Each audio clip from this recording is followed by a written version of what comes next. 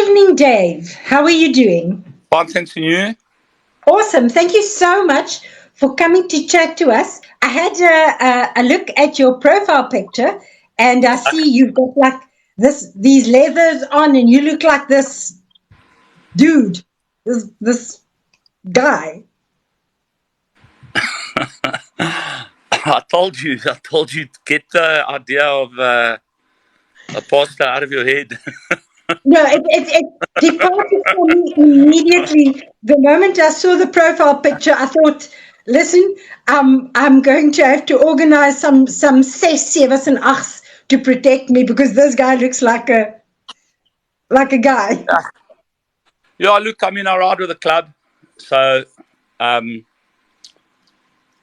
I was invited to join the club, so I took it on to see if I could assist. I write. I've got a column in the monthly newsletter on addiction.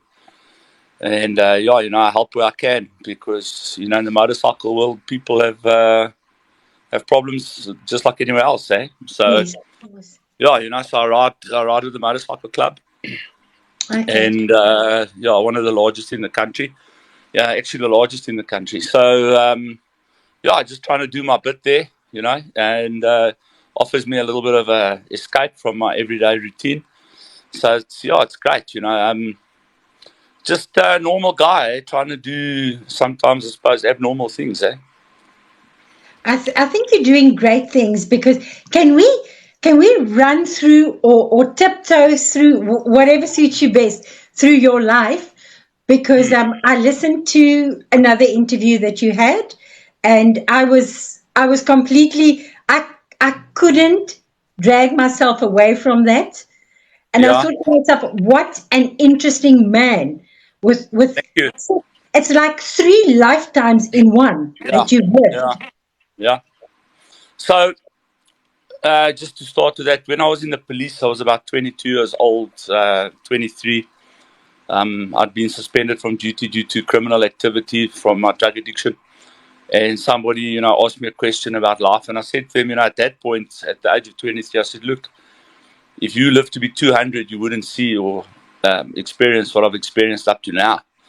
So, that was, 31 years ago. So, I've been through some stuff, eh? I've been through some stuff. You have. So Yeah. you're a cop, and Yeah. which station did you serve at? Okay, so, I mean, as you know, when I grew up, we grew up in apartheid. So as part of that, we had to do national service. But from a very young age, I wanted to be a cop. One of my counselors once said to me, because I felt powerless as a child, I don't know. And so I joined the police as an alternative to doing conscription in the military. And at that time, when it was time to finish my basic training and go to a station, you used to have an option of three choices where you would want to go. So, I figured, well, if you're going to be a cop, you must go where the crime is. So I volunteered to go to Hillbrow. And my sergeant actually came to me and said, I think you made a mistake here. You rode to Hillbrow. And I said, yeah, no, I didn't make a mistake. That's where I want to go. I want to go there. And it turned out to be a mistake. But I was sent to Hillbrow, and I started out like every other policeman. I started out in uniform and charge office duties and doing complaints. But very early on in my career, I started picking up discipline problems and drinking too much and hanging around with the wrong people already back then. And so I got sent to Norwood for discipline issues, Norwood Police Station, under Major Don Brunt, who I didn't get on very well with him. So he sent me off to the border. I spent pretty much the entire 1988 on the South African borders with counterinsurgency units. And then I came back and I went back to Hillbrow. And as I got back to Hillbrow, I was put into a crime reaction unit where our major function was infiltration of criminal syndicates, drug work, a lot of drug work, plenty drug work, and reaction and response to violent crime in progress. and I spent a good couple of years there. And then I started becoming disillusioned with the police, and started hanging around with a criminal element in Hillbrow. And these guys were all on drugs, and that's how I got into it. I started smoking weed and taking LSD and smoking buttons. And then one day, on a drug bust, I confiscated because cocaine was pretty much my own thing. And I managed to get my hands on quite a substantial amount of cocaine, and I put it in my pocket. And I took it to a dealer that I knew, one of my associates. And I started, they showed me what crack cocaine was, and I smoked crack cocaine. I was addicted immediately. It was instantaneous addiction. And I spent the better part of 16 years addicted to crack cocaine. Got into recovery. It took me 10 years to find my recovery. And as an escape from drugs, I guess, and as an answer to my problem, I found myself, by no choice of my own, I promise you, by no choice of my own, truly just a result of the way my life went, I found myself ministering and helping addicts. And it seems I became pretty good at that because it's 15 years later and I'm still doing it. So You're still doing that. Yeah, I'm still doing it, eh? Still doing it. You can see it's been a hectic week this week with counselling and that. So, 8 o'clock at night is already past my bedtime. So, it's been hectic, eh? I was involved in all kinds of stuff, So, in the police, in crime, I was involved in the 90s and 2000s with elite bouncing security.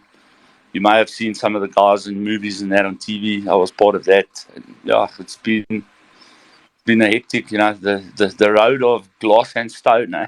But here we are. Have you ever spent any time in prison? Yeah, I have. I was in myself and a friend of mine. We were at the end of a drug binge, and we'd run out of money. And crime was a regular thing for me. You've got to understand, it was my lifestyle of crime and drugs. And we went and we broke into a house and we got caught. And we were then identified on further charges, and we awaited trial at Modderby Prison for, I think it was 6.5 months in Modderby Prison, A section, awaiting trial. But fortunately, Nopwood Christian Care Centre and Pastor's Office managed to get me out of that situation. And then I spent 2 years in Nopwood and everything that went with Nopwood. And, a lot of people in Bloemfontein will know about what happened down there. And, I was involved in that old debacle. So, we always have a saying, we don't read the newspapers, we make the newspapers. You make the newspapers? We were quite proud of the notoriety, So Yes. That's you were good at being bad. Yeah, very good, very good, very good. What happens in prison? Well, in terms of drugs, how safe are you in prison? Look now, I promise you now, prison and drugs is it's probably the worst in the streets, right now. When I was in prison, you could get drugs, but the main drugs that were available in prison at that time were Dacha and Mandrax. But, you could get other stuff if you had money, but very few people really had the money and could afford drugs like cocaine or crack cocaine or heroin and stuff like that. But now you've got this crystal meth, which everyone knows as tick. And tick is extremely cheap, extremely cheap. I did a counseling session earlier in the week, and one of the young men that was in front of me said to me, look, you can buy tick now. They're selling up to 15 Rand bags. So, anyone can find 15 Rand, to buy drugs. So I don't know what it costs in prison, but I know it's prevalent. So it's huge. It's huge in the prisons, crystal meth. So there's your girl, Sasha, our girl, Sasha. She's also my girl. She was your girl, but now she's my girl. No, she was never my girl, bro. I've got a wife. You want my wife to beat me to death here? No.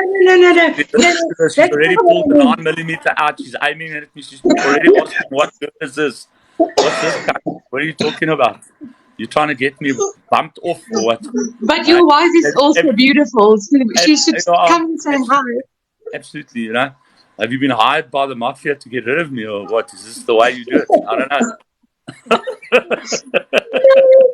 What I meant is that when she called me up or we chatted on WhatsApp about you, Yeah. we had a good old gossip session there about you, Yeah.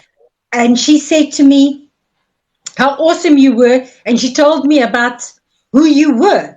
So Yeah. it happened to be that this is our drug week. Yeah. So she set this whole thing up.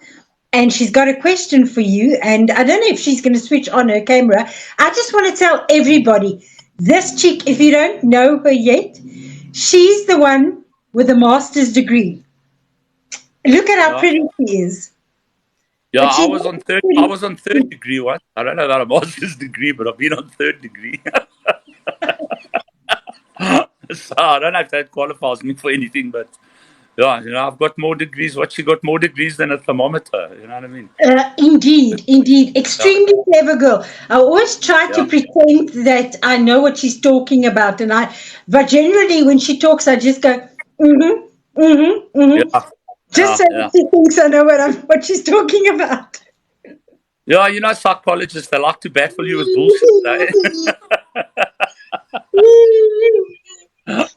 Sorry, my baby's crying again as per usual, and the father's in Germany. So I'm just going to switch off the mic. Just 2 minutes.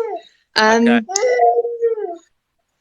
No, that's fine. Sasha, don't worry about being in the box. That's all good. I thought you wanted to be, but I can see that you are busy there. So if you are ready, you can just request. I really wanted to. I had like a list of questions. I did send them to you, Doctor, on WhatsApp.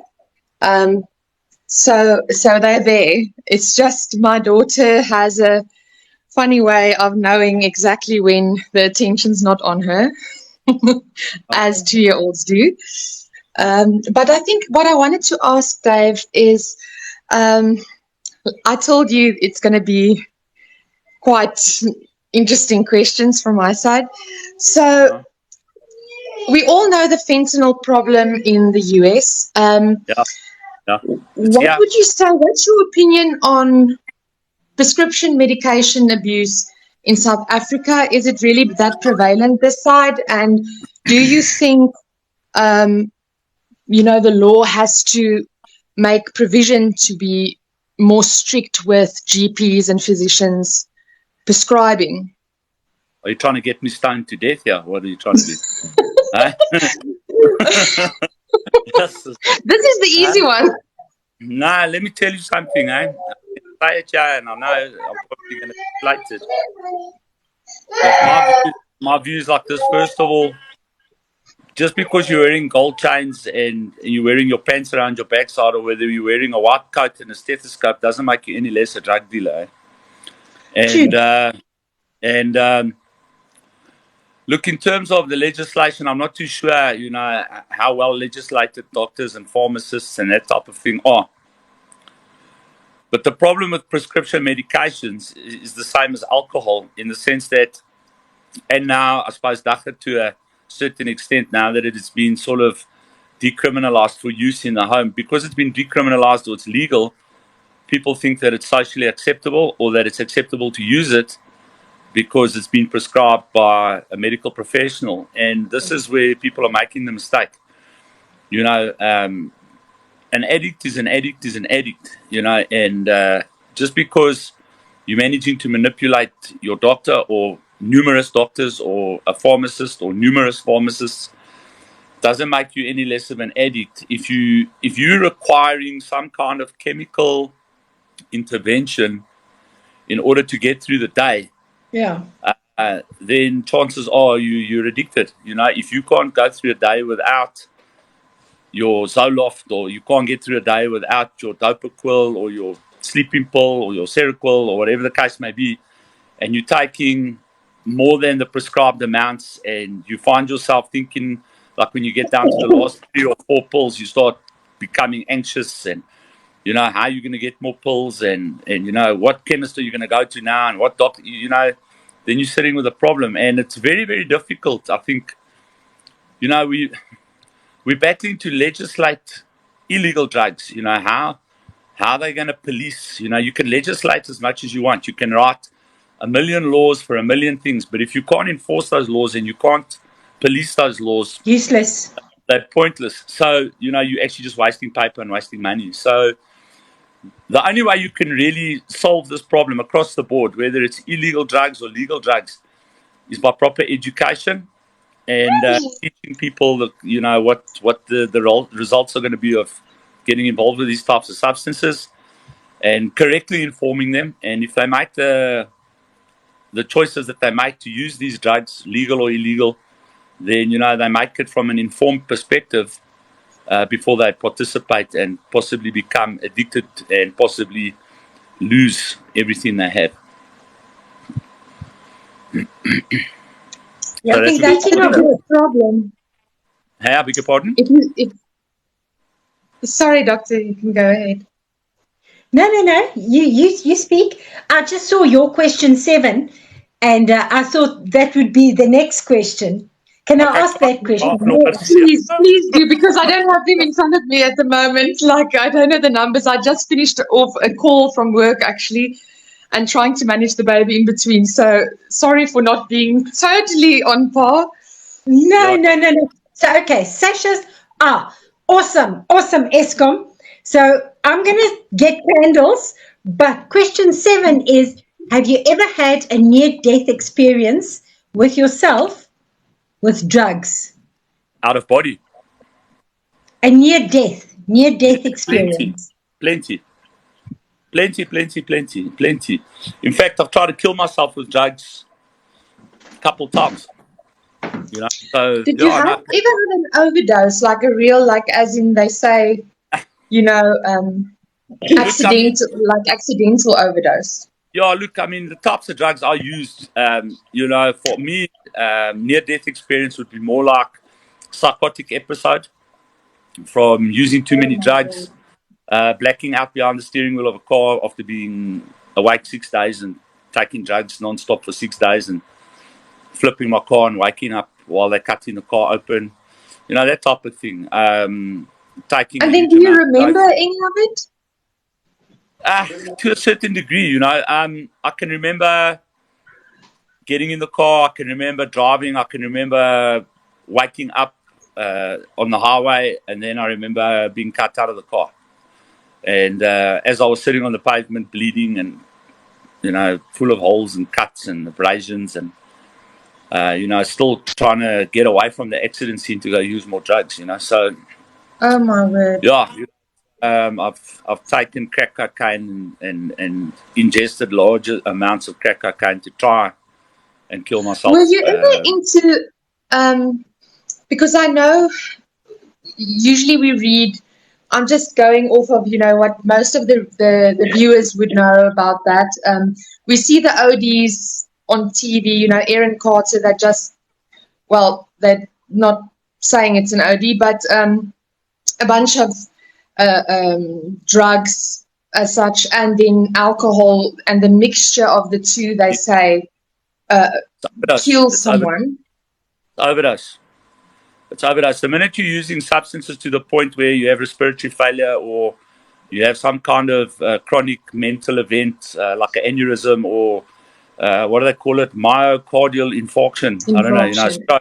You know, so if you have any one of those types of what would normally be considered natural deaths, but as a direct result of the consumption of massive amounts of chemicals, it's an overdose. It's end of story. So, you know, whether you die from the overdose or whether you're resuscitated or, you know, whatever the case may be, whether you have ongoing irreversible damage due to it or you don't and you get away lucky like I have. I've been very, very, very, very lucky. You know, I've lost, I think in total now, at the last count, something like 40 of my friends have died from drugs. So, wow. Yeah, over the years, you know. So, you know, and when I say from drugs, oaks have been shot dead, oaks have overdosed, oaks have written off cars, oaks have committed suicide, whatever it is, you know, all drug-related stuff. Yeah, about 40 people, eh? So I haven't really counted total now, but I think the last count I had was when I wrote my book about 10 years ago, and it was at 32, 33, and I've lost at least another 7 friends, 10 friends since then. So they've never stopped after all these no, years. no, they never stopped. They never stopped. They never stopped. You must How many understand that would you recovery from say? drugs, 5% recovery worldwide, eh? 5%, my Wow. friend. So that's what I'm And saying. We relook at how we do rehabilitation. I mean, they're flogging this horse, this Minnesota model and 12-step program and all this stuff. But, on a 5% recovery, I think we really need to relook at how we do this, eh? Compared to Absolutely. faith-based rehabilitation. Faith-based rehabilitation shows success anything from 15 to 50%, depending on how it's presented and depending on the length of the programs and depending on the outpatient programs and that. So this, I'm going to be really, I'm going to be very controversial now. Unfortunately, rehabilitation has become a pull mill as well. So it's a money-making cookie factory, sponsored by medical aid schemes and, professionals. Because the professionals unfortunately believe that they got the answers to all these problems and it's a mental disorder and all this type of stuff. If all that stuff, they've been doing it like this for 100 years. They've been trying to recover people like this for over a century, and they can't show any statistics higher than 7%. So, you know, you know, what is imagine an it airline. Imagine actually? an airline. Sorry, just imagine an airline that flies internationally, but only 7% of their flipping flights arrive at the destination. And then we still continue flying like that. I mean, it's ridiculous. It's It's really ridiculous. ridiculous. Yeah. That chimes into my next question, and then I'm going to give over to Doctor a little bit. So, do you believe that it is? It's basically two questions in one from my side. Sorry, Do you I've think? got to interrupt you. I read a thing. Yeah, I still have friends who use and refuse to stop. We can only save the ones who ask for help. That's incorrect. That's absolutely and totally incorrect. I never asked for help. I went to prison and I was taken to rehab and I recovered. So you can involuntarily commit someone and have them put Yeah. into a treatment facility. And, that person can get to a place where they see the light and they can change their lives and turn their lives around. So, you can't just sit back and wait for people to make a choice who are unable to make that choice because they are chemically dependent. So the choice will always fall in favor of the drugs if given the option to choose drugs or go to rehab, because their brains are chemically dependent to this stuff. They can't make that choice. So sometimes you have to make that choice for them, and you For have to them. involuntarily commit those people. And yes, sure, a lot of them relapse and a lot of them still continue taking drugs, but a lot of them, come to their senses and recover. So, I just want to say that I don't 100% agree with that. I don't like involuntarily committing people. I prefer people to make a choice because it's easier to work with them. Absolutely. But if it's between life and death, and if it's between giving the family some relief and getting these people, what people don't understand, and I'm reading these questions, yeah, people need to start understanding this, okay, that most addicts are criminally minded. So when it gets to a point where their addiction takes them and they lose their jobs and they're in that position where drugs have completely consumed their lives, so nothing else matters. Their family doesn't matter, their jobs don't matter. Then obviously by virtue of a process of elimination, law doesn't matter, life or death doesn't matter. All that matters is me and my lust and my need to get more drugs. These people kill people. We've seen things and we've read things that you won't believe. Three crystal meth addicts sitting in a room smoking crystal meth. The baby starts crying. These people get paranoid. The baby's irritating them. They take the baby, put the baby in the microwave. So now you must wait for people like this to make a choice to recover from drugs No, because of shame. Poor them. No, you got to no, you you got to can't. involuntarily commit these people, and putting addicts in prison. Sometimes it has shock value and people catch a wake up, but putting people in prison with no treatment, no therapy, and no any kind of rehabilitation is also not going to work. I spoke to prison officials a couple of years ago when we were still working in the prisons. And they told me 78% of people incarcerated for violent crime are there for drug and alcohol-related crime. You know, and of that 78%, 60% are going to re-offend and are going to hurt somebody again. So, just wait until they, decide one day miraculously that they're going to need help. They're not going to do that. They're going to die on the street or they're going to kill someone else. And that's just the reality of it. And people need to, I deal with a lot of people that live in a bubble, man. My dokter het gesê of ek dink dit en ek dink julle moet ophou dink en julle moet ophou, jy weet, al hierdie opinies samel en dan, jy weet, I always say like this, people who really have no insight into this thing at all. I actually discussed it with the counseling session today. You know nothing about your own problem, but you're telling me how you're going to get out of your problem. And this is the problem with drug addiction. You don't go to an oncologist and tell him how to treat your cancer. Why is it that every single person on earth has got an opinion on drug addiction? Yet, because you were a father of an addict, or an addict, or your uncle's father's son's brother's sister-in-law's dog's puppy was an addict, now you're an expert on addiction. I've been dealing with this problem since birth. I was born into an addicted family. I became an addict. I recovered from my addiction. I've got 54 years out of 54 years experience with addiction. And if people want to come and say to me, what I think, what you think is irrelevant. Speak to the experts who know what's going on and start opening your mind to what these people are telling you, and maybe you'll get the help you need.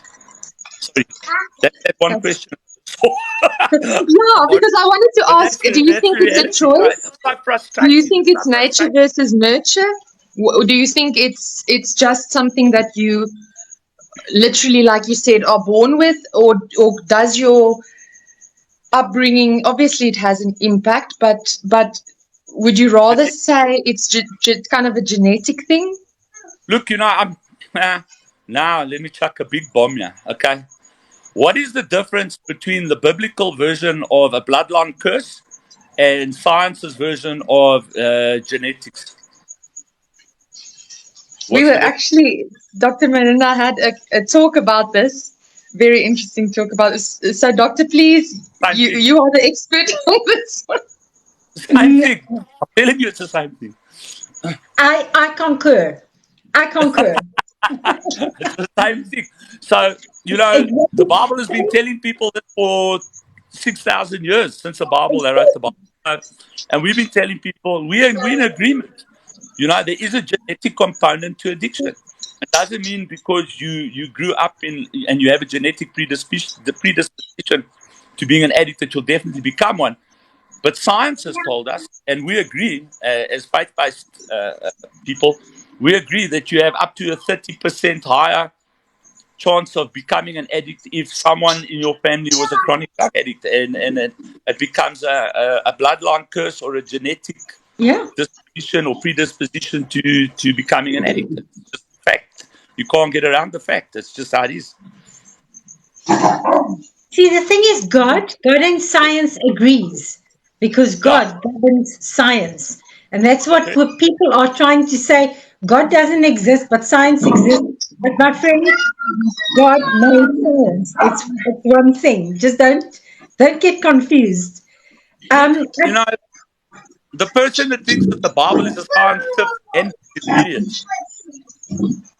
The Bible's got to do really with science. The Bible has got to do with spiritual renewal and birth, connection to God. So, this is my view. You must understand, these are just my points of view. It's not law and it's gospel. It's my point of view from years and years of reading the Bible. And your baby doesn't say, nah. So anyway, the biggest mistake I think Christians make is trying to fight science with I think it's an argument you can't win. Especially when science starts bringing out. Now, there are certain statistics from science that are really off the wall that I really don't pay attention to. Particularly like carbon dating and all of that. It's and evolution. These are, evolution, in my opinion, is not a science. It's a religion. You know, it takes faith to believe that 42 billion years ago, all the flippant chemicals got together and decided to pop out an amoeba. You know, that takes a lot of faith to believe that. I promise you. And if it takes, And you won't believe the kind of question we doctor had the other day, and I loved her response. We were talking about such an in-depth conversation, and there's somebody who comments, what do you think about if if the earth is flat or yeah, well, look, it would be very difficult. Sorry, we can't hear you. yeah. It would be a little bit awkward for the Earth to be flat because every other planet is a sphere. The Sun is a sphere, Jupiter is a sphere, Neptune is a sphere, Mars is a sphere. Everything is a sphere, and we're all, you know, cruising around, you know, in a orbit around the Sun.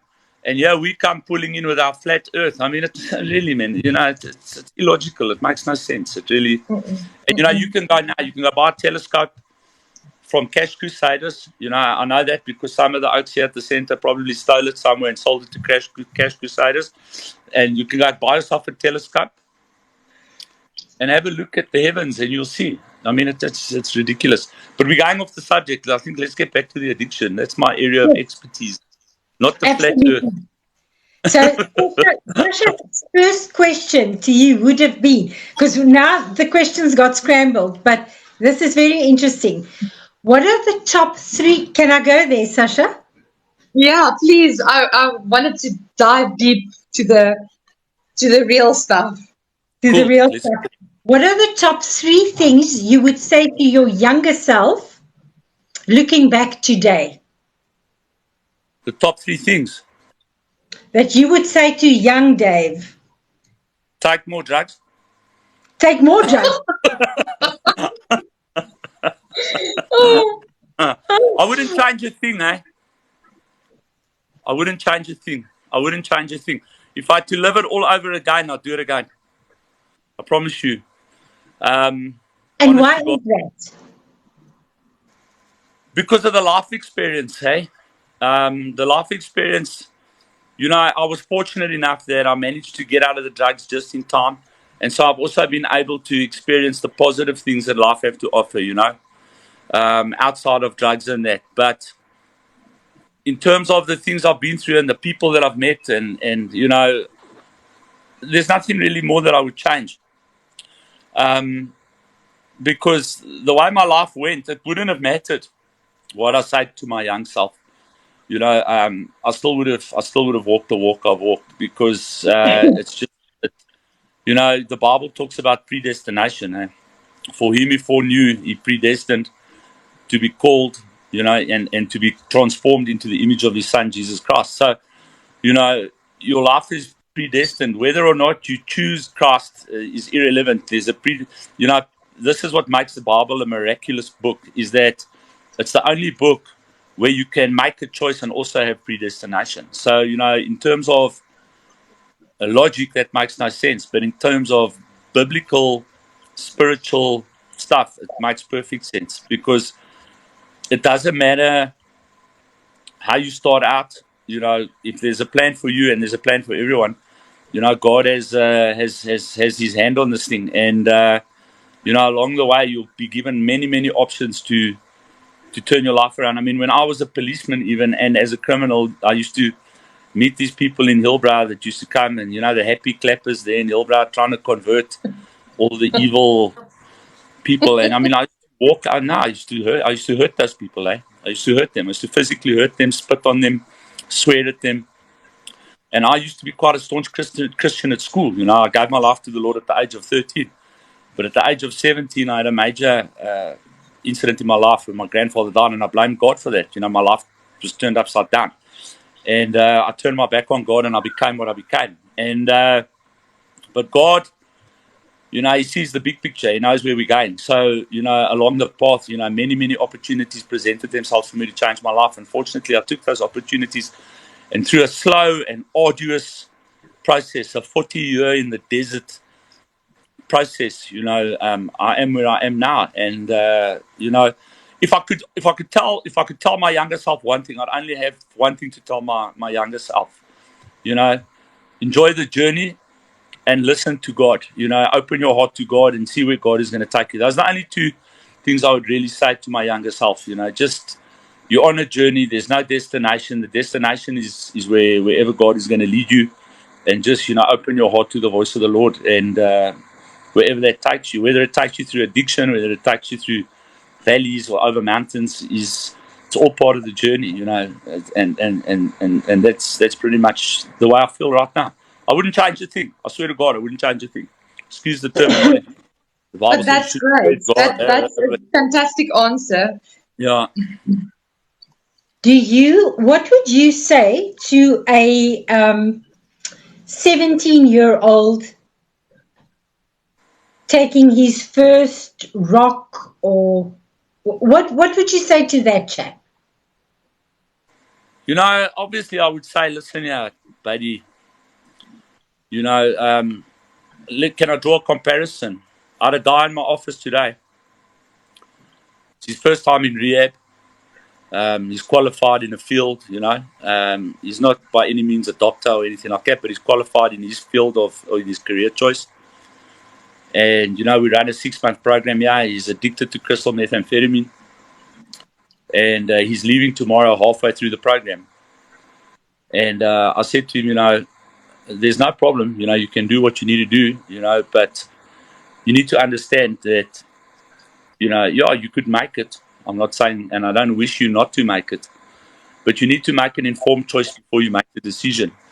And unfortunately, statistics and blah, blah, blah. And I gave him this whole story about, that actually the comparison I drew with him is I said, if you had a 1 in a billion chance of relapse, would it be worth the risk,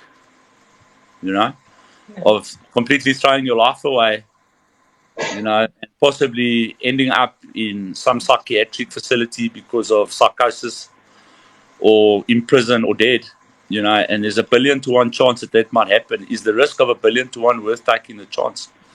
And he feels it is. And that's what I would say to a 17-year-old. I would say to a 17-year-old, what dreams do you have for your future? And of course, the person would lay out, because young people all have these beautiful dreams for what they want to be and where they want to go. And then my next thing would be, what are those dreams? He would say X, Y, Z. And I would say, well, you got a choice. You can have your dreams or you can have that, but you can't have both. So, before you participate in that thing, please understand that all your dreams are going to go down the toilet. Make your choice.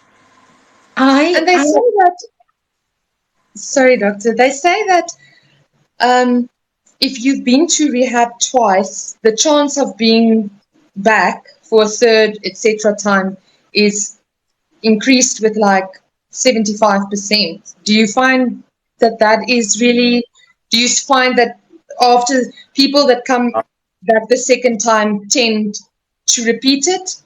Yeah, I would agree with that, I would agree with that.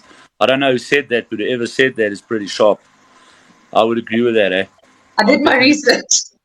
Yeah, who said that, I'd like to go look at that. Who said that? It's a study. I would have to check exactly what the doctor's name is, but it was on a rehab. It was a clinical rehab center, but still. You must remember, clinical rehab is based on the psychological assumption that you can change any habit in 21 days. Yes. That's bullshit. I'm telling you that's bullshit. Yes, if you're smoking cigarettes or eating chocolate, we're not talking about crystal meth and heroin here, my friend. No. You can change a habit of trying chocolate in 21 days. It's a bit different. I'm talking about pornography, gambling, heroin, flipping, these types of things that are designed to keep people addicted. People get, let me just say this, I'm going to maybe also shock people. Yeah, people get addicted to drugs. They get addicted to the lifestyle. Yes, very much so. Yeah. It's exciting. They think. Well, there's a lot of things. There's a lot of things. Escapism, hiding from trauma. Trauma plays a part. Rejection issues that they're trying to get around. Unforgiveness, abandonment, low self-esteem. All these things that are, abuse as a child. All these things that the drugs allow them to escape from. And the more they escape, the more they become addicted to the escape. More so than the drugs, unless of course you're speaking about opioids and benzodiazepines and alcohol and these types of things that are physically dependent. But nicotine also one of those that are physically dependent. But generally, it's the lifestyle. So we found when I've worked in rehabs for quite a long period of time. So to give you an example of that, it's more difficult to rehabilitate a woman from prostitution than it is from the drugs. Because it's easy money, or what? What The would be lifestyle, easy come, easy go, do what you want, when you want, get up, go to sleep, run out of money, quickly pick up a client, make a couple $100, buy more. It's easy. It's an easy life. The problem is the problem I have with that, this is now not the topic, but I just have to throw it in there. I guess if it comes to that, I always think, what would I be able to do all of these things? And I would say yes, but unfortunately you don't get to pick your customers, so I would not do it. So I that must be, it's crazy to think that even with that, they're desensitized to, people who are on drugs or prostitution or whatever, that lifestyle. They are willing to look past things that not normal, there's no such thing as normal, but people would think about, and what you'd care about, it just goes away. Things that matter to you doesn't matter. For a period of time, it doesn't go away. You just, it allows you to escape it for a while, but it compounds. It compounds and compounds. Like we've witnessed, particularly with heroin addicts, when they go into cold turkey or into chronic withdrawal, whichever term you prefer, not only do they withdraw from, the drug and go into that physical illness and sickness and that, but they also, all the sickness and that they've avoided, so like flu and all these types of things, it all hits them at the same time, as well as all the emotional baggage that they haven't dealt with over the years. That's what makes the chronic withdrawal so hard, because you have the mental, the spiritual, and the physical component all happening together. And that's why a lot of people just can't go through that. They can't deal with the pain of all three of those components hammering them at the same time. So, and they ultimately just throw in the towel and go use again.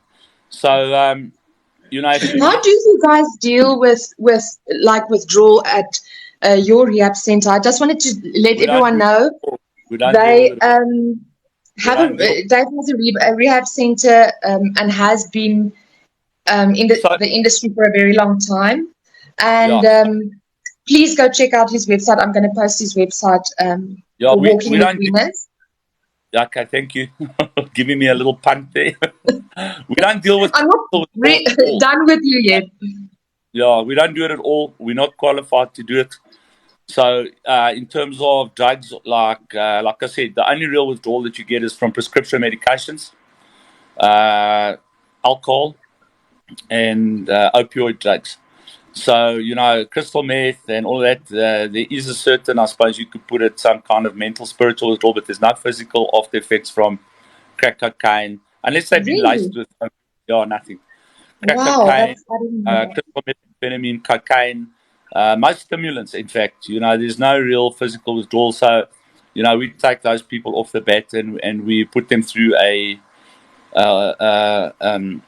sauna process with, it's a herbal sauna process with vitamins and that type of thing, just to detoxify, the stuff, the residue that's in their body. So there's no withdrawal. But for people that have been abusing the other set of drugs that I mentioned, those people need to go into some kind of clinical environment where they can be detoxified clinically, because the drugs are physically dependent. And if you don't monitor those types of people correctly, acute withdrawal can often lead to death. So, you don't want to take those types of risks. You give the doctors, their due, and you let them do the work that they know how to do. And once the people have gone through the acute withdrawal, then they transfer them to us to do the rehabilitation. And I think a lot of people, misconstrue detoxification with rehabilitation. In 21 days, you can detoxify, but I don't believe you can be rehabilitated in 21 or 28 days. It's something that I've learned in my own life. I mean, I was a chronic drug addict. There's not many drugs I haven't used. I haven't used crystal meth, but pretty much everything else I've used, numerous amounts. So Even heroin? I understand it. Even heroin? Yeah, I've used heroin. I've never injected heroin, but I've Yeah. smoked heroin, snorted heroin. I've used heroin. My last major drug binge in 2008, I was speedballing. In other words, speedballing means I was using heroin and crack cocaine together and smoking it together. So yeah, no, I've been through that, but I didn't use enough where that I never experienced any kind of acute withdrawal from heroin. I didn't use it. It wasn't my drug of choice. I didn't enjoy it. I don't like the feeling of being knocked out. So That's what I always wondered when I see it on TV. Obviously that's the only reference most of us have, yeah, unfortunately. But that yeah, sedative type of feel, the same with benzos, it's like, that. yeah. And I was People like thinking, that's not social. I wouldn't like that at all. I want something that, puts me on a roller coaster or something. It's very weird. Better. Good. yeah. Look, most drugs Yeah. are only special in the beginning, eh?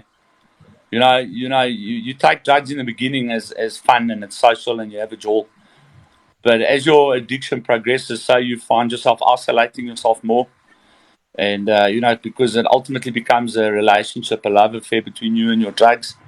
And, you don't want to share your lover with other people. It's as simple as that. So you find yourself, in rooms alone.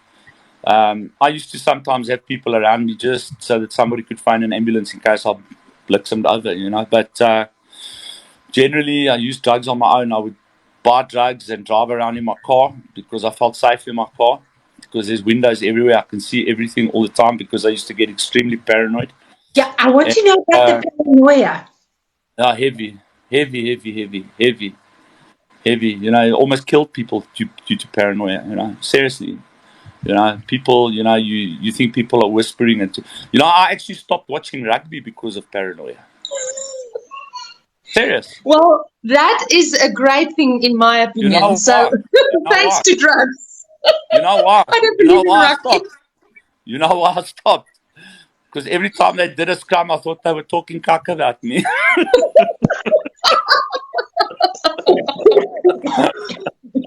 Oh, I'm never going to look at the scrum ever again the same way. Wow. No, Yeah, because so I do you no. don't know what's happening there. They're talking No, cock about you. they're setting me up. They're finding the cops. They're making a plan to flip and set me up.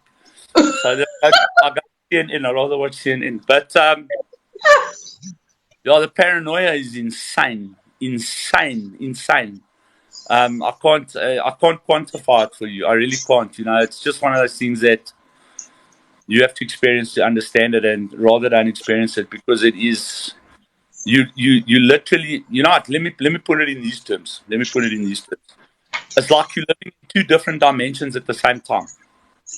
So your body and parts of your brain are here, and then the other part of your mind, and that it's like you are in a demonic arena. So you can hear things and you can see things and all these types of things, but at the same time you're here on Earth. So those things are manifesting here in the natural realm, and whether they hallucinations or whether they're real is up for debate. But for you, they're absolutely 100% real. So you find yourself standing at the door with a gun, listening for sounds in the passages, looking under the door, looking out the window. You believe that the entire police force is coming for you at any given moment, and that's the high. This is what you chasing, So yeah, it's 100% insanity to the core. Dave, Terrible. I heard you tell a story about a group of youngsters, I think Yeah, delinquents, that were taken into a prison, and just and elaborate more. um, the way you told it was there was a group of prisoners who surrounded the youngsters because Oh they yeah, were. yeah, yeah. So what we were trying to do, and we got shut down because we were too hardcore, It's unbelievable, because death from heroin isn't hardcore enough. So, us trying to stop people smoking crystal meth and using these sort of hardcore tactics, we were shut down.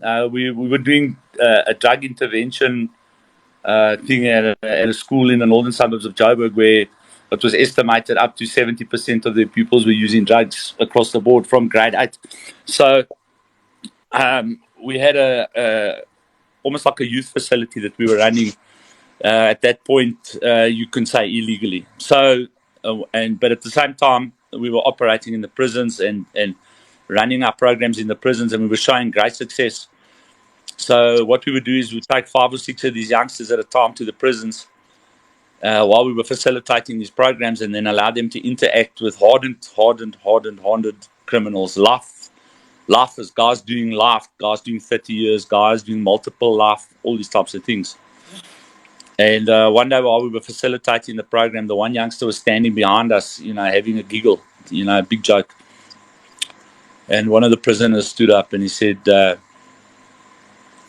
I'm taking offense to what's going on behind you, and it was just myself and another guy and a couple of these youngsters with 70, 80 hardened prisoners, locked up in a hall, in a section, like in the section of Deep Cliff Prison. And he says, do you mind if we have a word with him? And, what am I going to say? Now I don't know what's going to be done. I don't know if they're going to stab this guy or they, you get that whole, ominous feeling like, okay, we're going to get into something here. Because those of us that have been on the street and been around this our whole lives, you quickly pick up things, there's a problem here, So I said, well, look, as long as you're not going to hurt him. And they said, no, we don't want to hurt him. We just want to talk to him. And about 8 or 9 of them stood up and they came and stood around us. And there's only one way to tell it, and I've got to tell it the way it was said. It's very rude and it's very disgusting, but this is real life. And they all stood around the youngster, and the one guy walked up to him and he smelled him like this. And he said, you know what, my boot, you so fresh, you actually smell like pussy. He says, now let me tell you something. You see these oaks here? He says, yes, sir. He says, we'll kill each other just for the right to sell you to other prisoners. So I don't think you should laugh. I don't think you should think it's funny. Because as we're standing here now, we could get rid of these 2 facilitators, and before any policeman comes here, you'll be missing in the prison. You'll go. We've got ways in and out of these cells that you go missing. We'll sell you before you won't get out of this prison. So just have some respect, because we're here for life, but we're still trying to better ourselves. And you're 17 years old. You think it's a big joke. He says, but if you keep on thinking a big joke, you're going to be one of us, and you're not going to make it. Yeah. That youngster, he went from being a juvenile delinquent, I promise you, overnight. He went from being a juvenile delinquent to leaving matric with something for 5 days.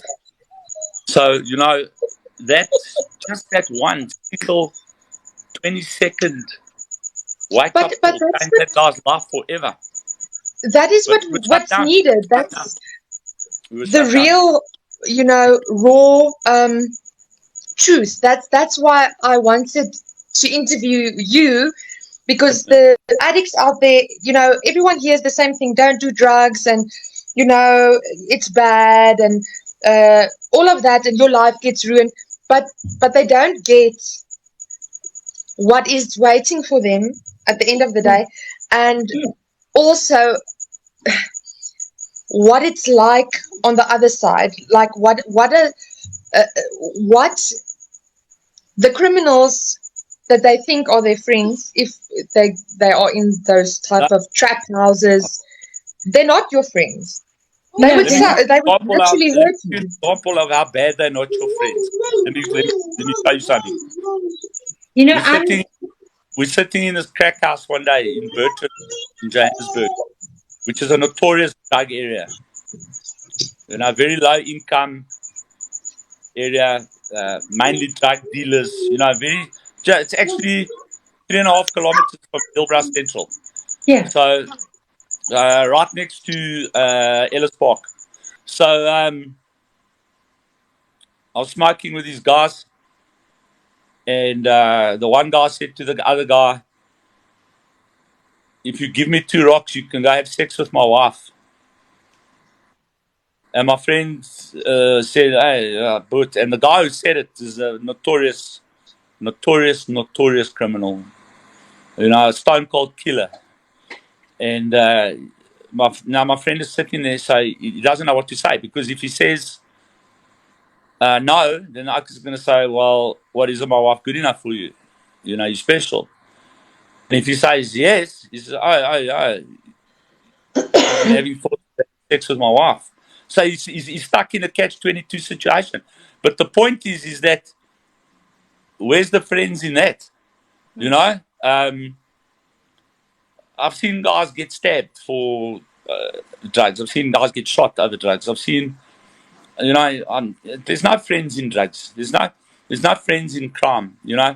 I've stood trial for many crimes. I've been fortunate enough that I've escaped prosecution for a lot of those crimes that I was guilty for. And I've also been innocent on crimes that I've been arrested for, particularly that cut down in Output. We were 100% innocent on that stuff. It was all flipping, sorry for the word, bullshit. But, the press can also be, whatever sells newspapers. They don't mind destroying people's reputations for the rest of their lives as long as they can sell another newspaper. But anyway. Yeah. Every crime I've been arrested for that I've had a co-accused, every single one that I've ever been arrested for that I've had a co-accused, I've always ended up standing trial on my own. My co-accused goes missing, or it turns state evidence against me, or whatever the case may be. And, everyone's mates until the police arrive, and that's where the friendship stops. Everyone's friends until the drugs are running out, then the friendship stops, So there's no such things as friends in drugs. In my experience, even in rehab, everybody's making friends and they're covering up and they're helping each other to run away and all this type of cuck. And, they're forever trying to smuggle stuff in, where they can. But, we catch them every time. We're very, very, very, our security here in terms of there's no drugs at our center. Zero. Zip. So, but it doesn't stop them from trying to make these plans with each other. And, I'm constantly calling them in and say, if this guy, influences you to the point where you destroy your life, when you're back in hell, he's going to be nowhere to be seen, buddy. You're going to be in hell alone, which the Bible also tells you, by the way. So, you got to, there's no friends. There's no such thing. It doesn't exist. There's people that think that they're all mates and they're blood brothers and all this type of rubbish. But there's no such thing, Griff. Not in the world of drugs. Yeah. Have you ever thought about when you got out of the police?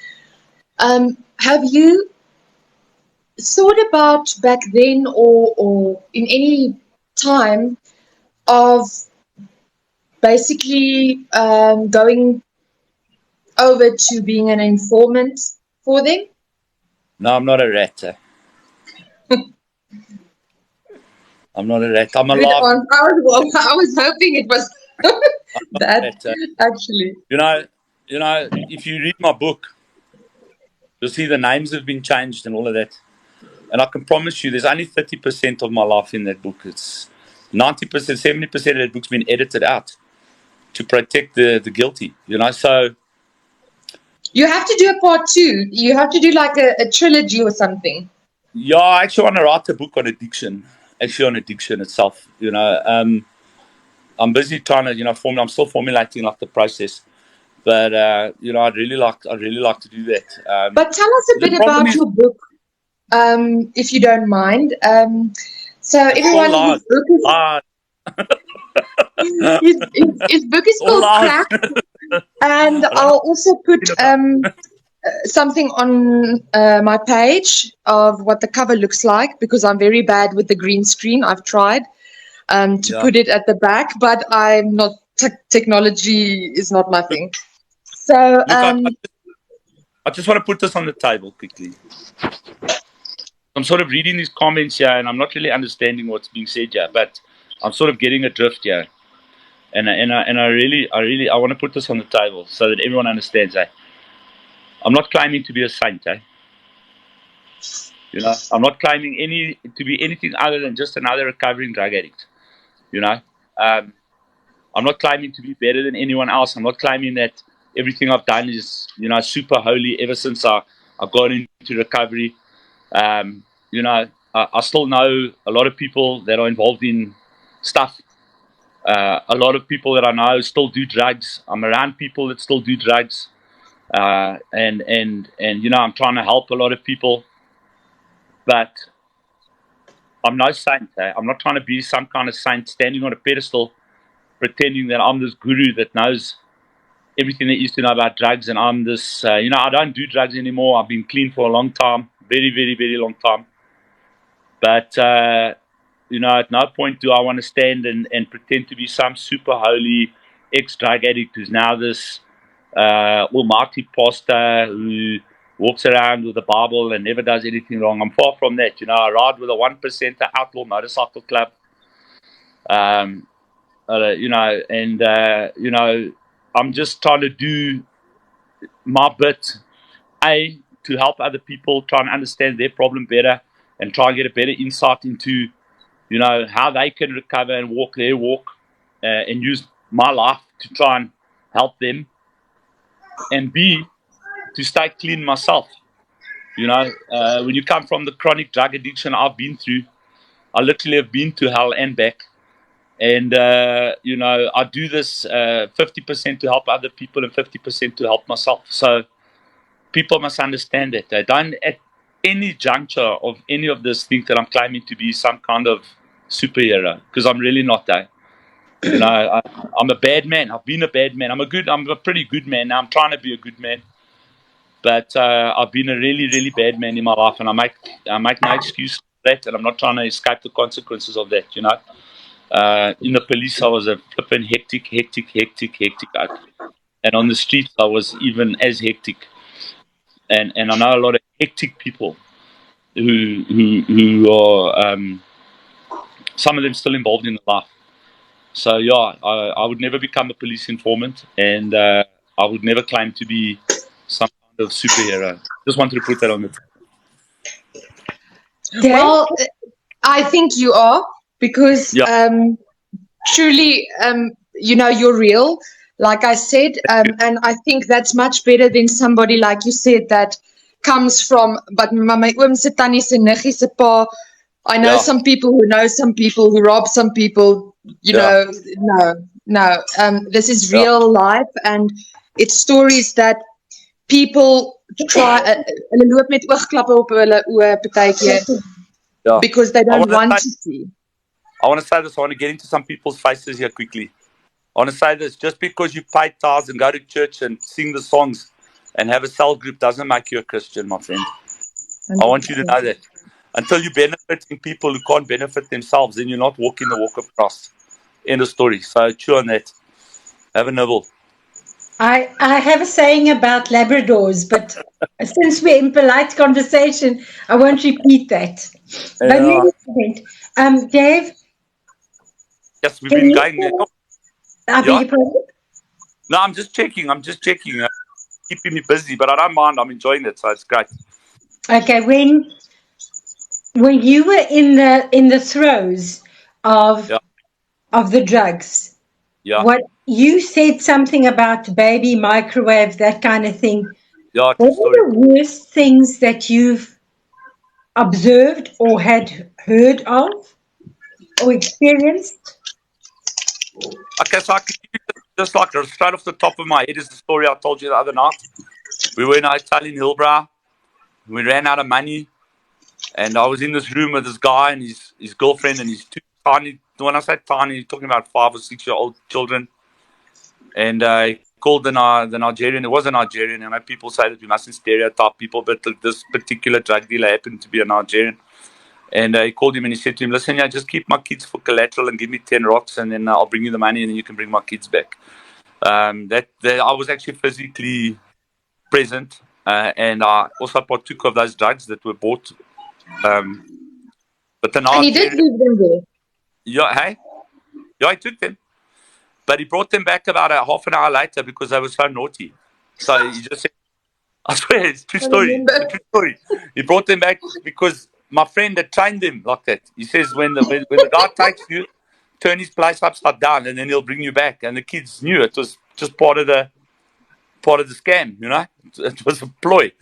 So, but I've seen that happen. I had a very close friend of mine who subsequently passed away from cancer, who also, he didn't so much as pawn his child as just leave his child there while he went and got more money, and he owed money, and the guy said, you know, I'm not letting you go until you pay the money, blah, blah. And he said, well, you know, you just keep my baby here and I'll quickly go and get the money. And then he went and got the money and he got the baby. But I mean, it's the same thing, you know. Yeah, Uh, yeah, true.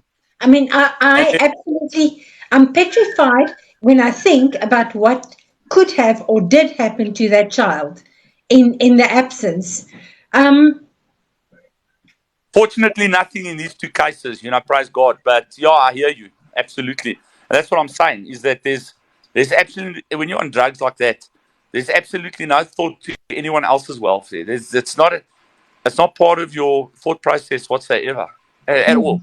No, no. you don't even think, oh, it's just about It's not to more say drugs, it's who more you drugs. are as a person. You know, when you're off drugs, you probably wouldn't do it. Yes. But it's crazy that Oh, that yeah. is who you basically become. Become. Yeah. Yeah, I've seen crazy things, man. I mean, I've been smoking drugs, felt that I was sitting on something uncomfortable, pulled back the tarpaulin, and found that I've been sitting on a dead body for the last 3 hours, you know? So, you know, yeah, Sorry. yeah.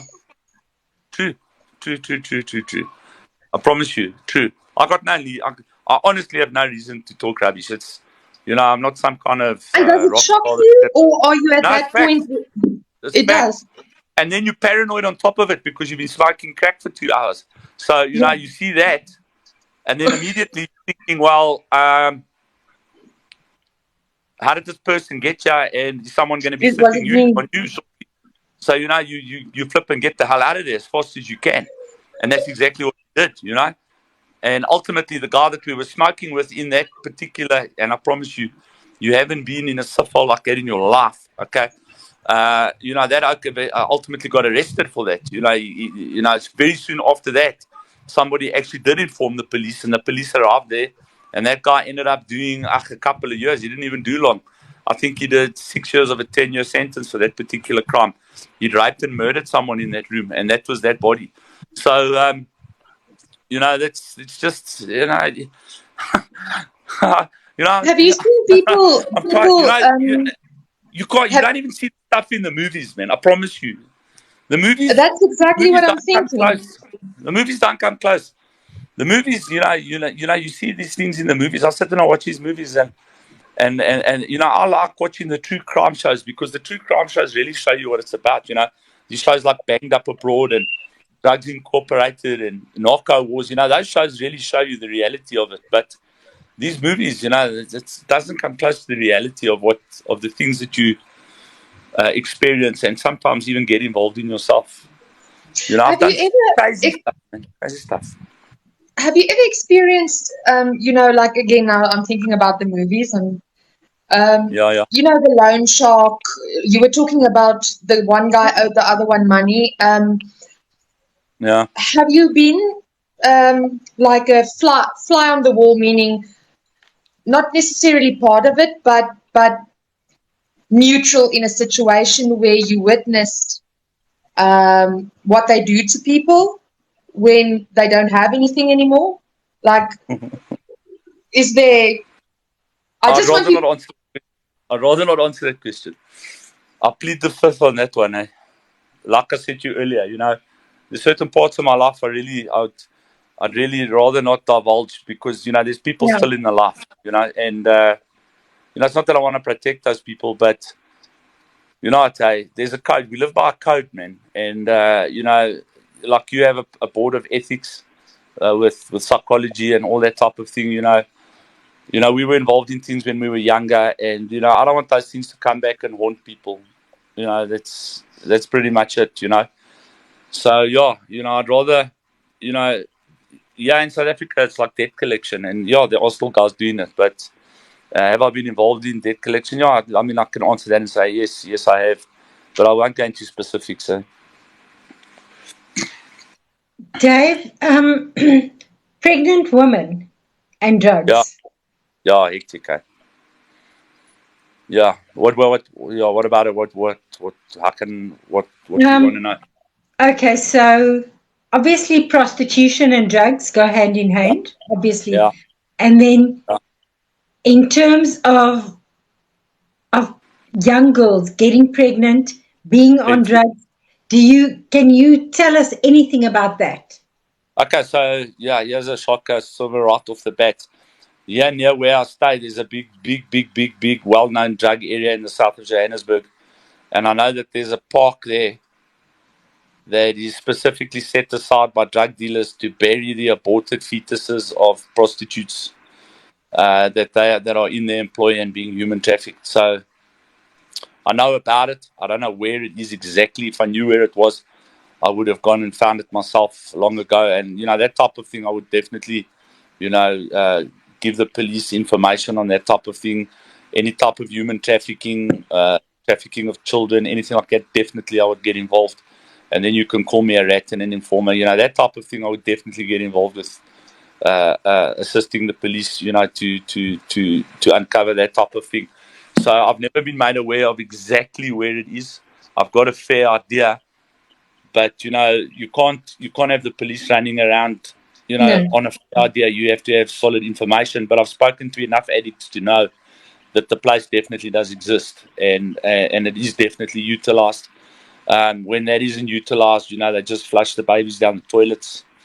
I know that the fire department often cleans up drains where they pull out hundreds of these backyard aborted kids from drug addicts and prostitutes. And just to go back on the spiritual on that, that's straight out blood sacrifice. And when you're involved in blood sacrifice, you're in serious trouble, my friend. Yeah. And Huge trouble. yeah. So whether you're aborting the child ignorantly because you're an addict, it still remains a blood sacrifice. So you can go back right through history. Right till when man was dancing around the fires. Blood sacrifice has always been the thing that has brought him closer to, in inverted commas, the gods, which is Yes. obviously not demonic activity. So it's blood sacrifice, and it's happening all the time. I know that they sometimes take the used female products and put those used female products into the concoctions that they're cooking with the drugs, and they do rituals over that stuff to make the drugs, because they believe that'll bring the people back for more. It's blood sacrifice as well. Yeah. So it brings the people, according to their spiritual beliefs, voodoo and these West African black magic type deals. It's part of their rituals in order to sell more drugs. They also go to church on Sundays and pray to God for God to help them sell more drugs and be successful in their businesses of selling drugs and prostitution and human trafficking. These are the realities of what's going on. But pregnant women, let me tell you, the biggest, there's two big lacks in drug rehabilitation, and every single oak now is trying to jump onto this to try and make money. Is proper reintegration. So every second Tom, Dick, and Harry is opening a halfway house, doesn't have a clue what to do. Even me, I can tell you right now, I've been in this game 30 years on and off. In drug rehabilitation, and I tried a halfway house once for a couple of weeks. It didn't, I didn't know the beginning and end of what to do there. So, these guys are opening these places and they're just doing more harm. They're becoming sort of communes for relapse. So we lack proper reintegration programs in this country, and we lack homes for addicted mothers with their children. Yes. So we're actually looking into that now. We're looking into the possibility of opening some kind of facility where we can accommodate women, and while they're being rehabilitated, we can educate their children and look after their children in like a nursery/creche thing. They go to rehab in the day, and then afterwards we teach them how to be mothers again and nurture their children and all that type of thing. So we're looking into the possibility, but of course, the way we do rehabilitation, I mean, we do all right, but we don't have excess money just to throw around and that type of That's the thing. big thing. We don't charge what clinics charge. So it can become quite a thing. So yeah, but we would definitely love to do that. Have Yeah. some kind of facility where women can be rehabilitated and their children can be looked after, and then in the evenings they can learn how to be mother and child We'd love to see that. Yeah, absolutely. Because when you place them out, they've got to be able to stand up in society because they're single mothers. Yeah, it's a terrible thing. But those strip clubs teasers. I'm sure you've heard of teasers. Yeah. They they used to have a T-shirt and a sticker with a silhouette of a woman on a dance pole, a stripper on a dance pole, and then underneath the tagline was, "I support single moms." And so when you said it, I immediately referred to that point of reference, and it's disgusting, but it's true, So it's our biggest look. Honestly, the biggest problem in the world today is that we don't have proper fathers, and we're sitting with fatherless homes. And you Yeah. got, unfortunately, it's just the way nature. You can look at it from a nature perspective, or you can look at it from a biblical perspective, whichever suits you. You can look at it from a evolutionary perspective, if you want. We are designed to Yeah. be a mother and a father bringing up children. And if any one of those components is missing out of the equation, you got a problem. You got mothers that are trying to raise men, and mothers were not designed. Yeah. They do the best they can, and a lot Yes. of mothers have raised some good men. Don't get me wrong. I'm not having a dig at single moms here at all. In fact, I have the highest respect and honor for single moms. They're doing a job that really they shouldn't really have to do on their own, and they're pulling it off. They're going to work. They're raising kids. They're paying their bills. They're doing all these types of things, and men like me, you know, I'm sorry to say it like this, but pieces of shit are out there doing drugs and carrying on and not looking after their children. And then their children grow up in these fatherless homes, and they grow up with no identity or very little identity. And then they ultimately succumb to peer pressure and these types of things because they've had no proper guidance from both parents. And, they fall into these traps. And I think if we could educate men to be men and take responsibility for their lives and the children that they create, I think that would go a long way to preventing the problems that we're dealing with today. Absolutely. Sasha is saying that you have this awesome wife, and she was wondering Yeah. if you could perhaps just say a few words about if she would like to, just from her perspective, from the other side. Yeah, our ladies are, she's already prepared for the bed, so she's a little bit dubious to come on camera now. But, I can tell you that 100% without any doubt, I wouldn't be 10% of the man I am now without her. I can tell you that. God sent her as an angel in my life. She gave me the support I needed, the love I needed to become a better man. And, she stuck with me through, my wife has seen me at my worst. I really at my worst. She's put up with insurmountable amounts of shit from me. Like I said, I was a bad guy and I've done some bad shit. And, she's borne the brunt of a lot of that. But she's still here, hanging in. I've tried my best to get rid of her, but she won't go.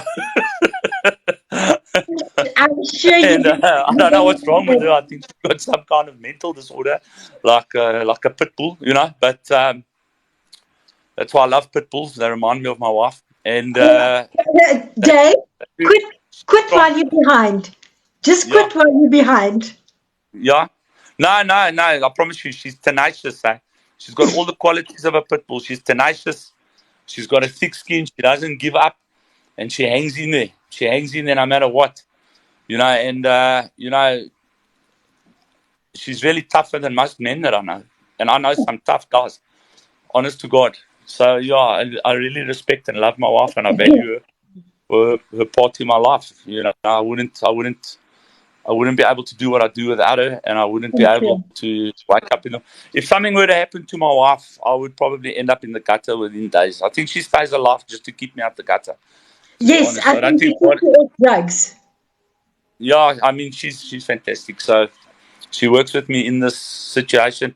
She helps. She was a career woman for 20 years, and top of her game in corporate world. She gave all of that up to come and help me help addicts. It says a lot about someone's character. You know what I Of mean? So course. she really doesn't need to be here. She went with me to rehab for 3 years just to support me through rehab when she never touched the drug in her life. So what more is need to be said? Quite honestly, I won't put up with people insulting my wife, especially addicts or Yeah. their codependent and enabling families. So yeah, it's just she's great. Yeah, I'm sure she has much to say and much to teach Yeah, with regards to being a good support system. 100%, 100%, and she does that. That's exactly what she does. Oh, She that's runs the fantastic. entire administration of the center, all the buying, all the selling, the stores, all of that stuff, and then on top of that, she still supports the families. So she's great. Yeah, that's the big thing. I think many drug addicts fall back or relapse because of a lack of a good support structure. Absolutely. Most addicts are going back to a toxic environment. Yeah, that's the So, thing. And so it's like, what is a toxic environment? You can't expect your son to stop shooting heroin if you're drinking like a fish and yeah, you're fighting with your wife and you're carrying on like an animal at home. Your son yeah, is in rehab, comes home and he walks straight back into that situation, and then you get upset because he's relapsed.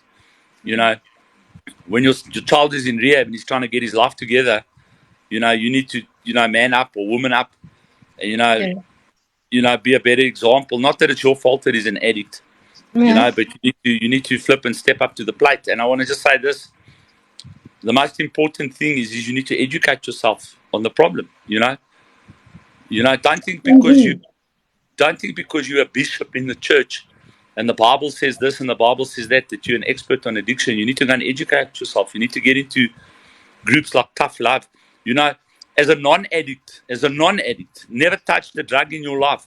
Go to Narcotics Anonymous and go sit there and listen to those people. Start educating yourself so that you can be the best type of support to the person that is trying to get their life together. Dave, can we talk about tough love? What exactly is tough love for an addict? Okay, so Tough Love is very simply put, is allowing the addict to experience the consequences of his addiction and not standing in the gap and taking the consequences for that person's addiction. So to put it into something that people would to understand is, if the teacher phones you and your child has made trouble at school, don't go shout at the teacher. Deal with your child. Yeah. And it's the same in addiction. Parents are trying to take the consequences of the negative behaviors that are 100% associated to the addiction and take all those responsibilities and consequences onto their own shoulders. And the person who's addicted, never feels any of the consequences. So people will go and bail their kids out of prison, pay lawyers huge amounts of money to get their kids, pay bribes to the police to get them out of.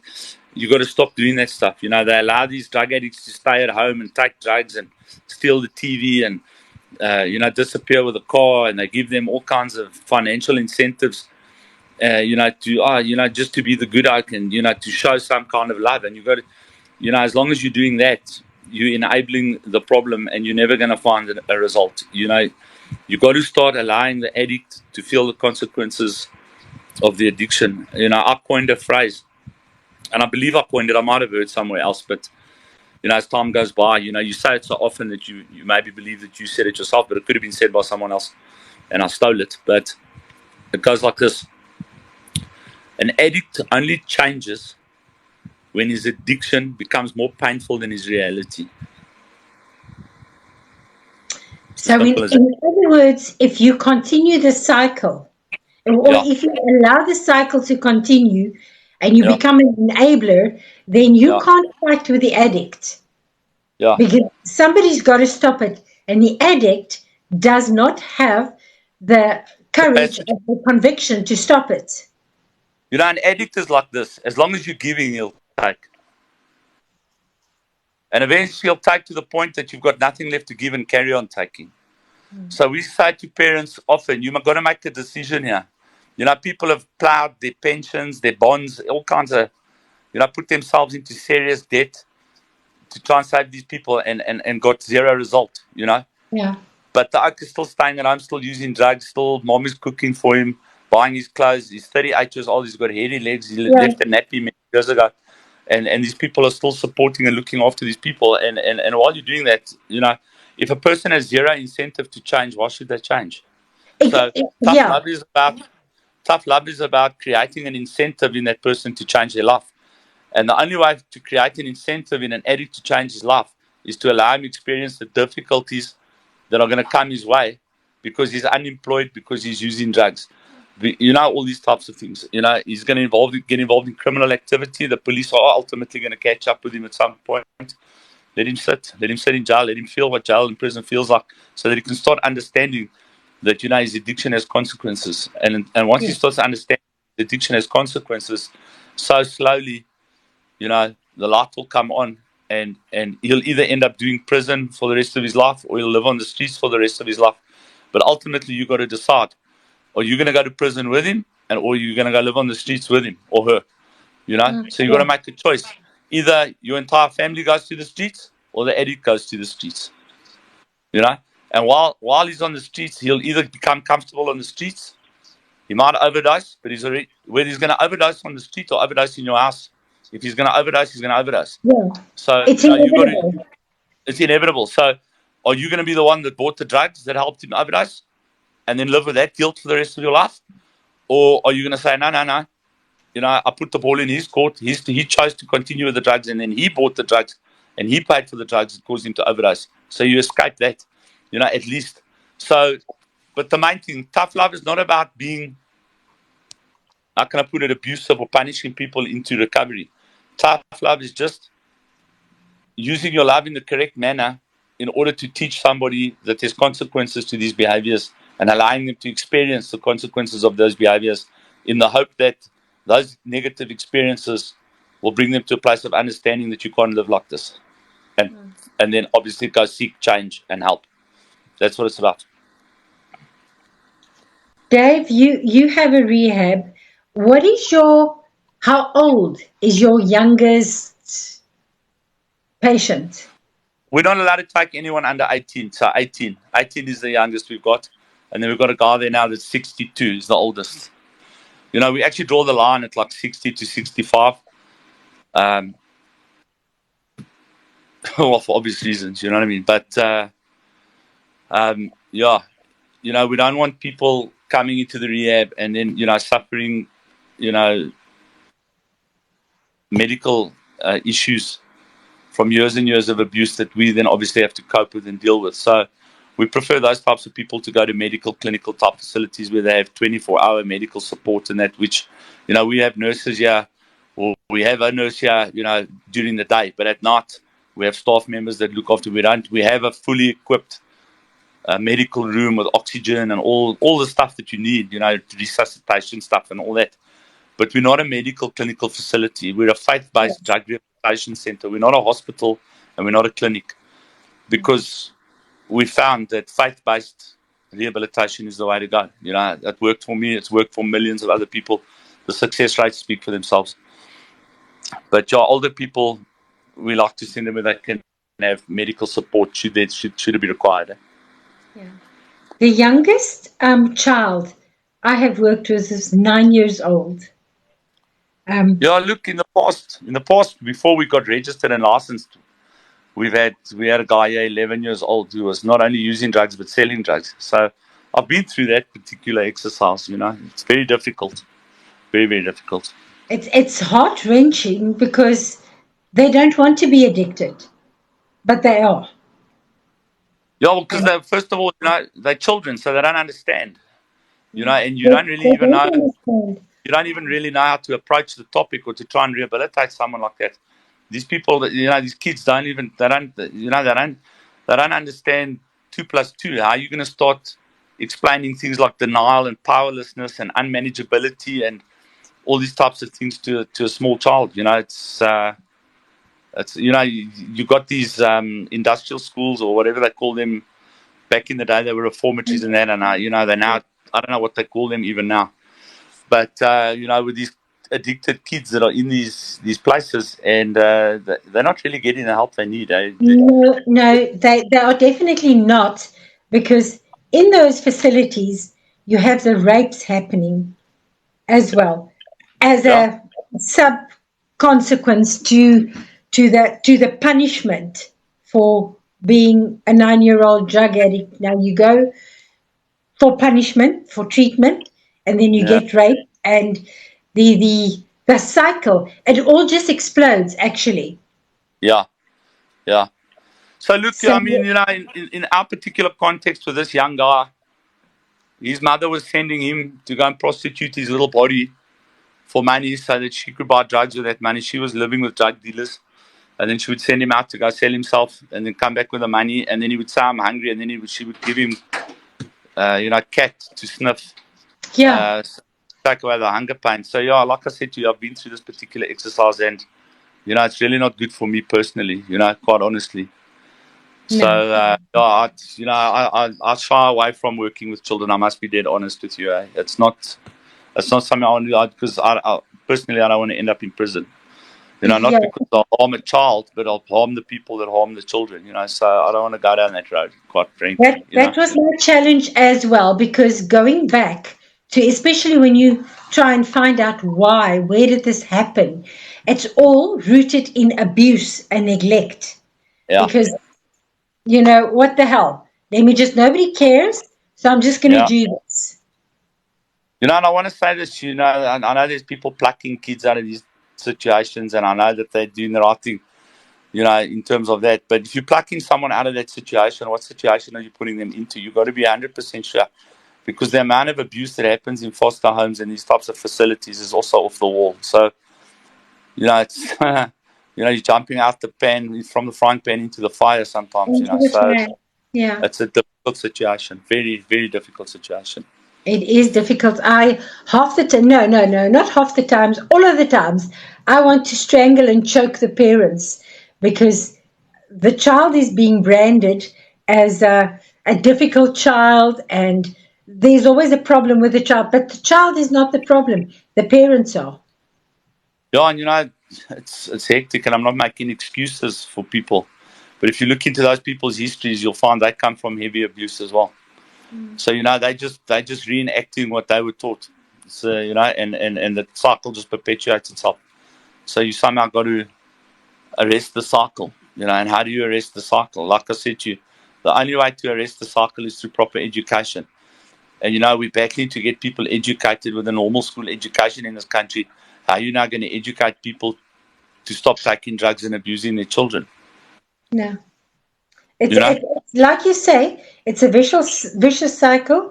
I do believe it is a generational or genetic, whatever you feel most comfortable with calling it, but it Yeah. comes through the bloodline, and that's the bottom line. So It's monkey see, that monkey do.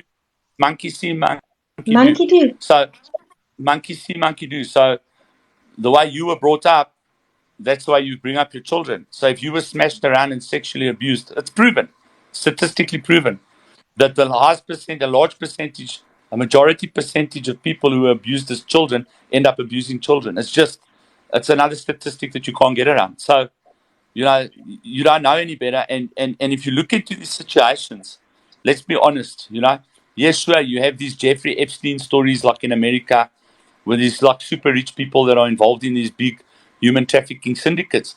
But if you really look at the problem holistic, like in the whole problem, most of the people that are engaged in this type of horrific behavior, low income, high alcohol usage, drug abuse, and a very low educational standard. The Yes, vast yes, majority, the vast majority. So they grow up in these environments, they remain in these environments, and they perpetuate this environment and cycle on their children, and their children will go on to perpetuate this cycle on their children. And until and the socio-economic thing obviously plays a role, and hard times and all these types of things. People are frustrated, COVID and all that type of thing. But and people do stupid things. And drug addicts, if you look at the amount of child abuse that's perpetuated by drug addicts, it's horrific. It's horrific. it You is. know, It is. Dave, I just want to also there add on to the generational or the genetic code, if you will. Yeah, Even if you are adopted and you grow up in a wonderful house, a yeah, wonderful home, no abuse, nothing, you are just spoiled, and you turn to drugs. If you go in search of your biological parents, yeah. it's highly probable that you will find that there was a something. I've been through that exercise multiple times, and I found it to be true in the vast majority of the personal experiences I've had with guys like that. And the excuse has always been, well, it's not an excuse. Sorry, I'm using the wrong word. Eh? It's not an excuse. The reality of it is this, is that the biggest problem there, yes, is the generational thing, the DNA, the genetics, but also the abandonment issue that comes along with finding out Yes, that you're adopted. So, yes, the combination of those things, is a catalyst, and heartens the probability of somebody getting involved with substance abuse or any other type of negative behavior or chemical support, if I can say it like that. absolutely. I am very highly against not telling an adopted child about them being adopted. I promote Different. telling as soon as possible. In fact, this is the way I go about it. It's from the second your little baby comes into your arms. Yeah, Start saying to that child, you are not born from my body, but you're born from my heart. Keep yeah. reinstilling that. I chose you. I prayed for you. I waited you. I would choose you a million times over. That kind of thing. So that there's no accidental aunt or uncle or cousin or whatever who can say, do you know what? Your mommy is not even your mommy or your daddy. Because A that's not. person like that, any person that does that type of thing is really, really a bitter and sick person. But I've got a friend who's still battling with drug abuse now. Uh, and unfortunately, I just can't be around him because he's one of those people that's toxic to me and I'm toxic to him. So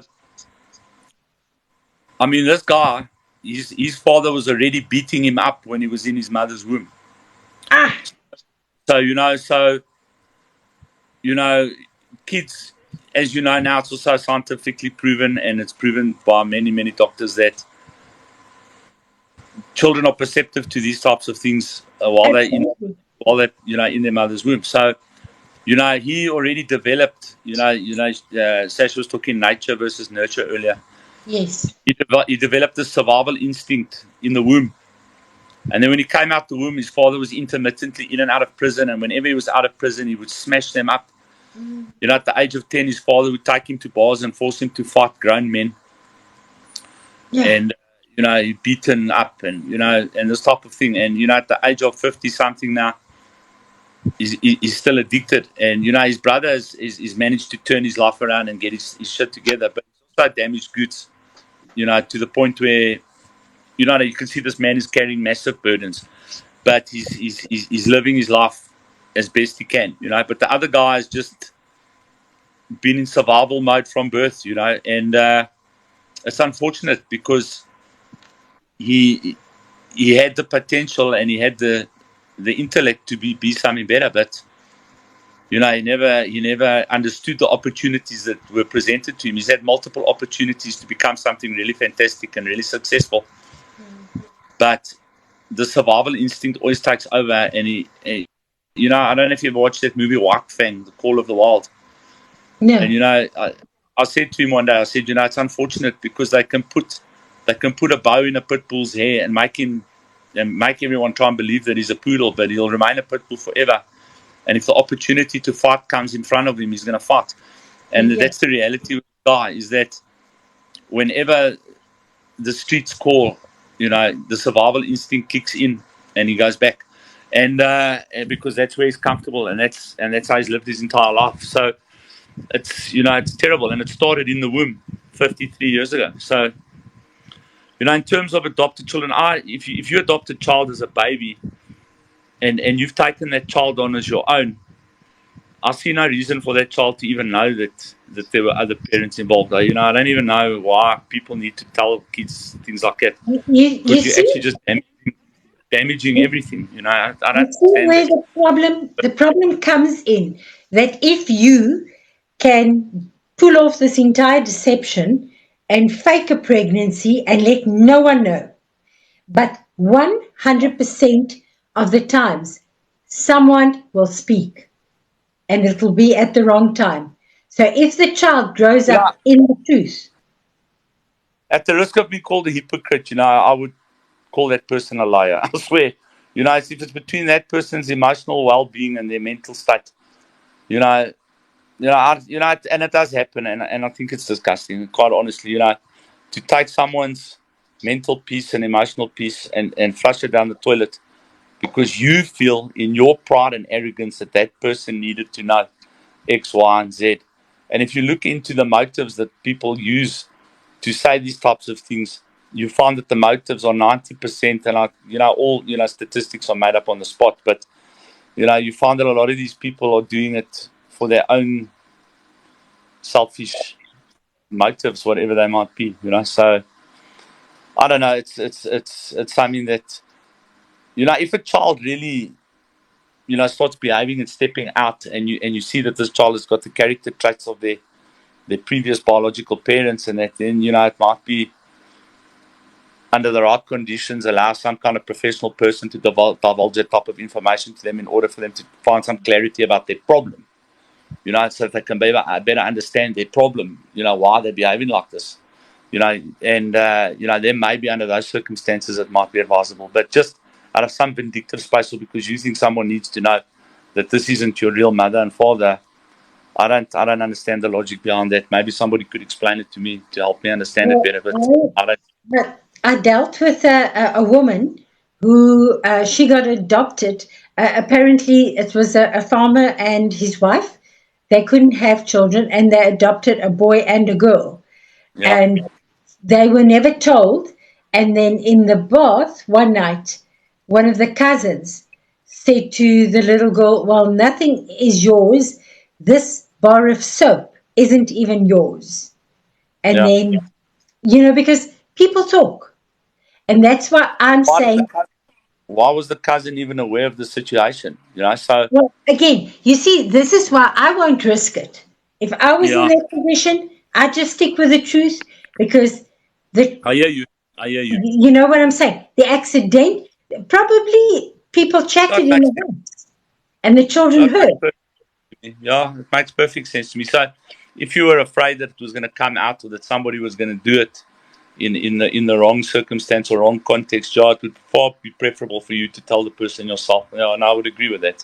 I go with the truth always. Another case was a lady who was preparing to get divorced because she just doesn't feel right. And I said to her, "Well, what doesn't feel right?" She doesn't Yeah. know. Something's off. Uh, And knowing the truth about her being adopted yeah. caused her not to divorce her husband, because Yeah. she didn't feel, she knew something was wrong, but she didn't know what. So That's what I was saying. again, That's what I was saying to you earlier. yeah, If that can help you recover from something, I'm all for it. yeah. Doctor, I've got to sign off. I'm gonna fall asleep sitting here. On this side, My wife is already asleep. oh, You know. Yeah, I'm gonna call it an evening. My generator's been running now for 2 hours, well, so thank you for taking the time to come and no, speak to me. anytime. I'm very happy to do it. Thank you very much for the opportunity. Really appreciate it, and good night, and take Thank you. care. We'll speak Yeah, soon. yeah. I hope Okay. you do it soon. Thanks, man. Okay, Cheers. then. Bye-bye. Bye. Bye. Bye. Thank you so much for joining us tonight. Have a peaceful rest. Love you lots, like jelly tots. And whatever you do, don't do drugs. Let's stay sober. I think that's what you call it. Yeah. Let's just stay sober. Love you lots, like jelly tots. Sleep tight.